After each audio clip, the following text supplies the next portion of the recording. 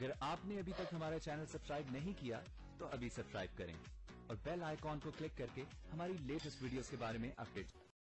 अस्सलाम वालेकुम, हमारे चैनल में खुश आमदीद।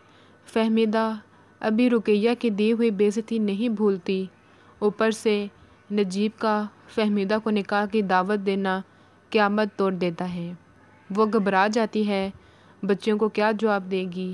बच्चियां सोई रह जाती हैं और नजीब ज़बरदस्ती फहमीदा से निकाह करने की कोशिश करता है, मगर फहमीदा उसका मंसूबा नाकाम बना देती है।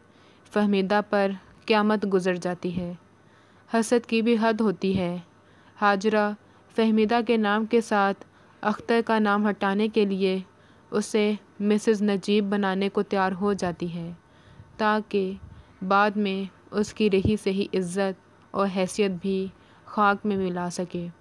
नजीब हारे हुए जुआरी की तरह घर आता है तो हाजरा उसका मजाक बनाती है और साथ ही फहमीदा पर आवारगी का इल्ज़ाम भी रखती है।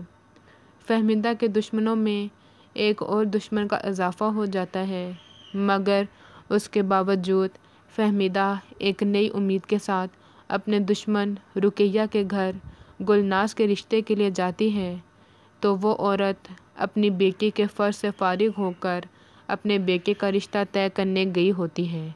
फहमीदा की उम्मीदें दम तोड़ जाती हैं।